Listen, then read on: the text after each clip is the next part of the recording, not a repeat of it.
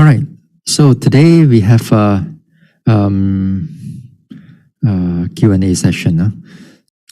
Regarding suitable food and dwelling, I think we still need to choose suitable one for us, the suitable one for us. For example, we should eat something that does not make our tummy ache so that we can focus on our meditation. Okay, fine. Yeah, which is true. We should eat something that we do not want to have anything when we are doing a retreat. Then we have a stomach ache or tummy ache. All right, which is very true. But the problem is that when you are in a retreat, you are not the one who is cooking. Others are cooking for you. Yeah, right? Others are cooking for you. Take for example, like me also the same thing. Here, like I'm a monk, then we don't cook ourselves. We depends on devotees for them to cook, or they buy from outside. And once in a while also, we still get tummy ache. Even in meditation retreat, even in Malaysia, that of course we have more or less we can able to eat the hawkers food and so on. And we are quite used to it. But nevertheless, once in a while, when you go to a retreat, you still have this stomach ache because of some food poisoning that you may go through. Yeah? And again, sometimes this food poisoning thing, it's a very uniquely you. Sometimes the rest of the yogis, nothing, no happen to them. Then maybe one or two yogis have that food poisoning. We never know. We never know. So again here, of course we choose that the food that is suitable to us, but we cannot really know how is the kitchen is like, or who is the one who preparing and so on. Perhaps maybe I give you advice. Next time, when you're in a retreat, like in other places, if you go, try not to go into their kitchen. Once you go into their kitchen, and it is not up to your standard, then your meditation will be havoc already. Then after that, you see that, how come they put all their things on the floor? Very dirty. How come this thing not cover, that thing not cover? And then after that, you meditate. I must go and tell them already. I cannot do like that. You cannot meditate. So you better don't go into the kitchen. Out of mind, out of sight, out of mind. So you eat whatever is given to you. If you are too attached to the food, then it can be a problem. Then everywhere, it's going to be difficult for you to go. Everywhere. Because firstly, you want to go and check their kitchen first. You want to check everything before you want to meditate. So of course, as I said, suitable food is important. Suitable food, we eat whatever we need to eat. Then on whether it's clean or not, that is another matter already. But of course, what we know, sometimes I have to talk to the organizers a lot. I have to see into their food too, So as a monk, when I'm teaching also, I'm not only looking at the yogis, this one. When I'm saying looking at yogis' progress, it's also looking at how the devotees are preparing the food. I also look into what are they cooking. I also look into whether they have enough food or not enough food. Sometimes they misjudge and so on. Yeah? So all these things I do take into account for me. So during the retreat, I'm very busy. Not only busy with the yogis, but also busy with the organizers, busy with the cook, busy with the whatever office or so, because everything is connected to the meditation of the yogi. If one of the areas sometimes is yogis are not very happy, then it can affect their meditation. So I look into all these small things too, at times. Sometimes it makes me a bit more kaypoh in here and there,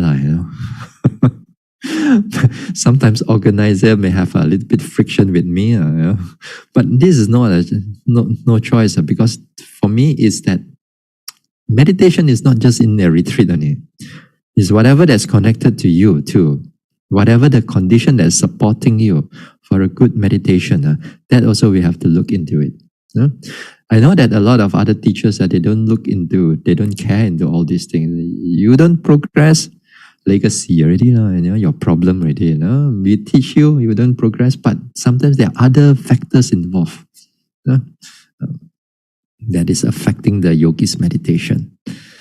So yeah, we need to have suitable food. That is this one. Now on the suitable dwelling, I think mostly I have three temperament mixing: lustful, hateful, and deluded temperament. For example, the lustful temperament. Do we really have to stay in an ugly and unpleasant lodging? Irritated feelings can arise and make us hateful.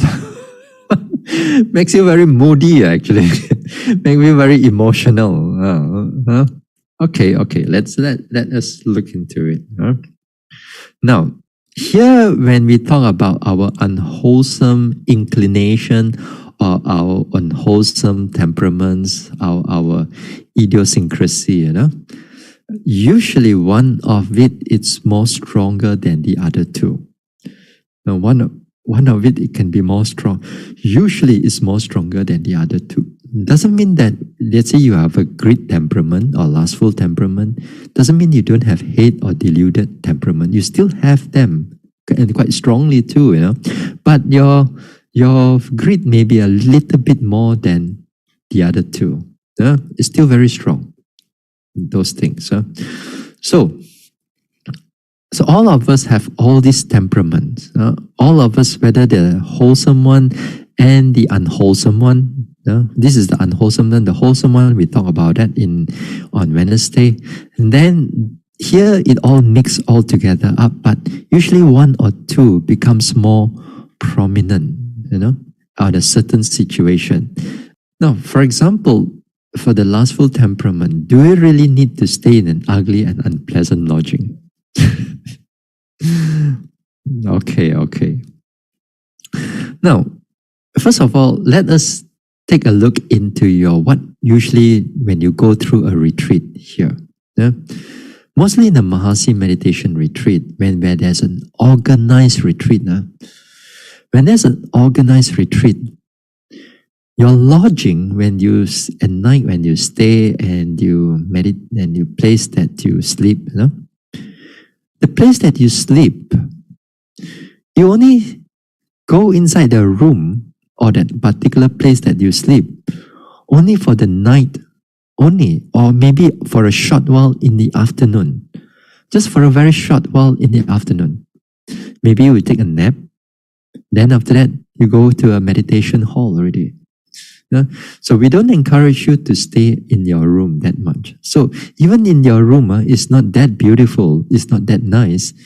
You don't really spend time into it, because at night you are there, you already close your eyes, you sleep, and the next morning you have a good sleep, good enough, There's one thing. Now, the lodging also including the hall, the meditation hall. Now, in the meditation hall also, that it's good that generally when a hall to be, to prepare a hall for a meditation, the hall itself also must be very, not to say totally got cobwebs and everything. People still clean it, of course, but doesn't mean that you have a lot of decoration. You have a lot of beautiful pictures, you have a lot of beautiful photos that's hanging around, or sculpture that is putting there. It is not an art exhibition, It's a meditation hall. Because there are places, they want to decorate the hall because it may be perhaps for other function. And that type of hall, when a yogi meditate in that type of hall, when there's a lot of beautiful things, that is where when they start to meditating, they are not inspecting their lifting, pushing, dropping. And what else do they think they inspect? They can inspect all the little sculpture, little carvings, the painting. If they stay there for 2 weeks, the whole painting is lodged in their mind perfectly clear. They know every nook and corner, whatever is there. Yeah. Because during the retreat, you got nothing else to do. Your phone, you avoid the phone and you put everything aside. But if you forget about your senses, your eyes or your ears, then you'll start looking at everything. That is where the greed will start come in. Because it sees anything that is beautiful, anything that is nice, the mind naturally goes to it. So the hall also, the meditation hall also has to be kind of like nothing for people to say, oh, this is a beautiful hall, This is just a very simple hall, nothing much, just a few windows and a bit of curtain, and that's about it. Nothing, it's not like a hall, there's a place where devotees like to come and take photos, take things and all that. Those are, we don't want to have that type of hall for meditation. But there are places, of course, in temples and other temples, you go into their hall, it's fully decorated. Like for example, you go into maybe Sri Lankan type of hall, Oh, you go into Sri Lankan hall, a lot of colors. Blue color, the Buddha, got Moggallana, got Sariputta, and full of colors. A lot of colors. That become very distraction and it's not good for long-term meditation. So you need to have that hall is just simple, very simple. So something like that. The lodging. And also not only the lodging, but places surrounding the lodging also, the garden that is surrounding the lodging too. Must not be like a flower garden, not like some of your houses, you love to cultivate orchid, this and that, make your whole house very beautiful. Yes, that you can do at home, but not in a meditation place. A meditation place, again, the garden has to be just nothing to shout about, but not to say untidy, but there's nothing much for you to see. And that is something that what we want. Not to say we have a long grass and everything. The grass is cut and the grass is fine. But it is all like, not to say it's perfect cutting. So it's perfectly all right. Because when there's everything that is perfect, everything that is very nice, then people will love to come, will love to enjoy the garden instead of meditation inside there. Oh, they say, oh, Bande, I want to go to the garden because the garden is so lovely, so nice to meditate. They are not meditating, they are just enjoying the garden. You cannot lie. Not to say you're lying, but actually you do not know, actually you're behind your mind also. You are saying one thing, but your mind is having another intention. I can see through you. Because a lot of times yogis, they like to have outside meditation. Outside meditation, if some of the yogis are very disciplined, I will say okay, but there are some yogis are not really disciplined, and I know that they are very easily distracted by all these type of things. And I say no. So you better stay in the hall to meditate. So these are some of the things that is good for a vipassana yogi. And not only just the garden, but also like in the dining hall, like the office and everything, must be just nothing to shout about. It's nothing fancy, nothing great and so on, just a very simple place to eat and so on. It is practical and is this one not. Then this type of place is good for vipassana meditation. Yeah, it's good for vipassana meditation. So there's nothing much for you to see. For example, talking about the garden itself, if you talk about Kota Tinggi, yes, Santi Sukarama, you try to go to the garden, no way you can survive there. You go inside there, the mosquito, taipa. Oh my goodness, the mosquito. A lot of mosquitoes. So you cannot go there into the garden. Some other places, the garden maybe look very nice. Yeah. And in Europe, when I was giving retreats, and this is a very, like a resort, the meditation center, And then the surrounding area also in a very nice village, valley, and then you can see mountains and so on. And yogis love to come out to meditate because of the sun and because of beauty. And that is where I don't really encourage them. But they get angry with me initially, Some of them, they get angry with me. How come, Reverend, you stop us from meditating outside there? Sometimes it's difficult to tell them, because they love all these type of beautiful things, especially these Europeans. They love all these beautiful things and they are surrounded with beautiful things. So when I say that you meditate inside the meditation hall, that would be better. It helps you to progress. And when they heed my advice, then only after a few days later, then they see the results that the meditation actually becomes better because they are more focused on their walking meditation. They're more focused on it. So when they're focused on it, then within about 10 days, 1 week, they can see progress coming in. Because before that, when they are enjoying all this scenery, they thought that they are actually meditating, but they are not really meditating. They're not really, they are just enjoying the surrounding area. So that's why we don't want you to have, we want you to have more of a simple place to meditate, not a very nice place to meditate. Then that time, your mind will go back to your meditation objects. So not to say that totally unclean, it's still clean enough, but not perfect. Now,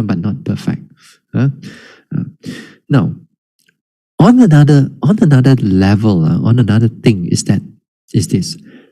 Sometimes when you go to a certain place, your meditation is your kuti.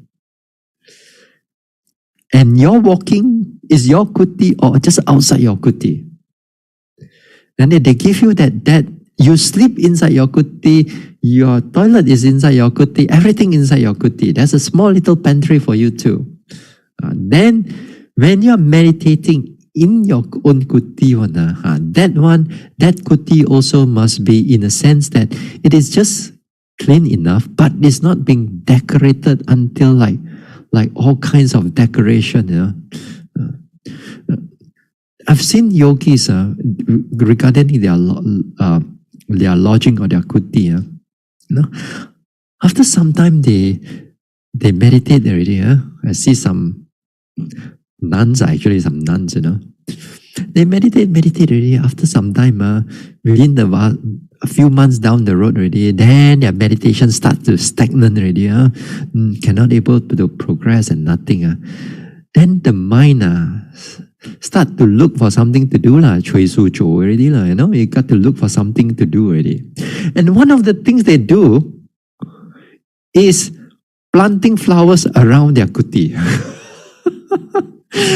As if like their monastery or their own home like that. Oh, they go and get flowers, plant here, and after that every day pour water. Oh, so go dig a little bit. Oh, cut and trim a little bit. because they are not too far. I can still see what they are doing. Sometimes you pass through their kuti, you can see what these people are doing. It's like they start to decorate their own kuti and so on. And they start to, and sometimes there are people who cannot meditate already. They become very obsessive in cleanliness. Because they cannot stand a little bit of habo, a little bit of dust here and there. Everything they can clean and clean, and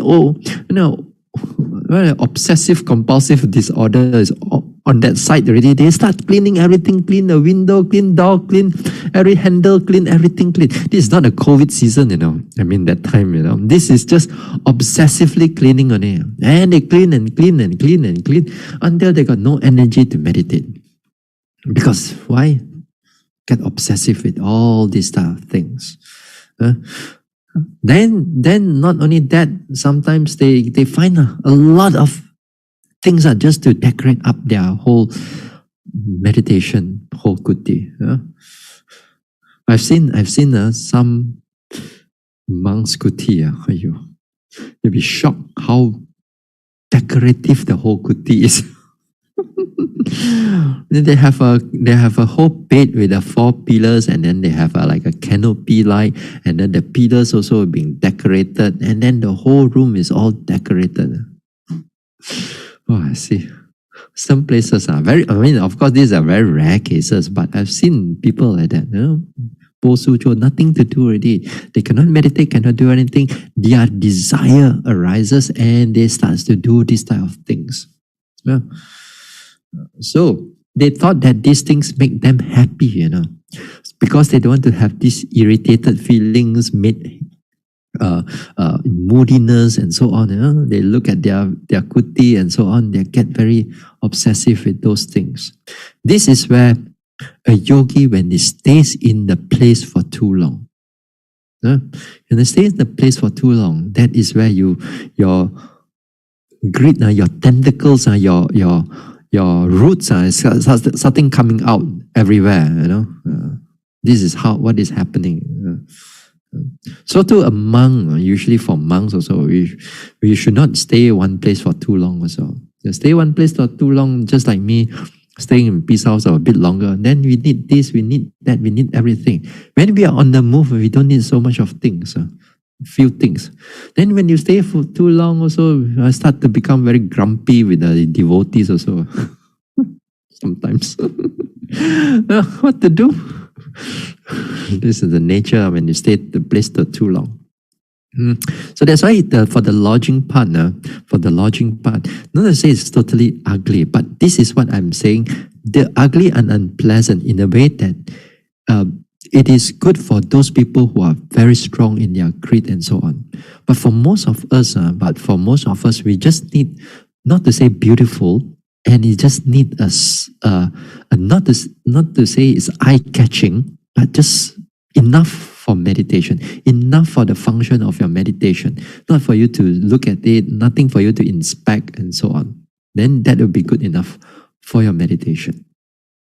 All right? This is on the temperament, on the lodging itself. Okay?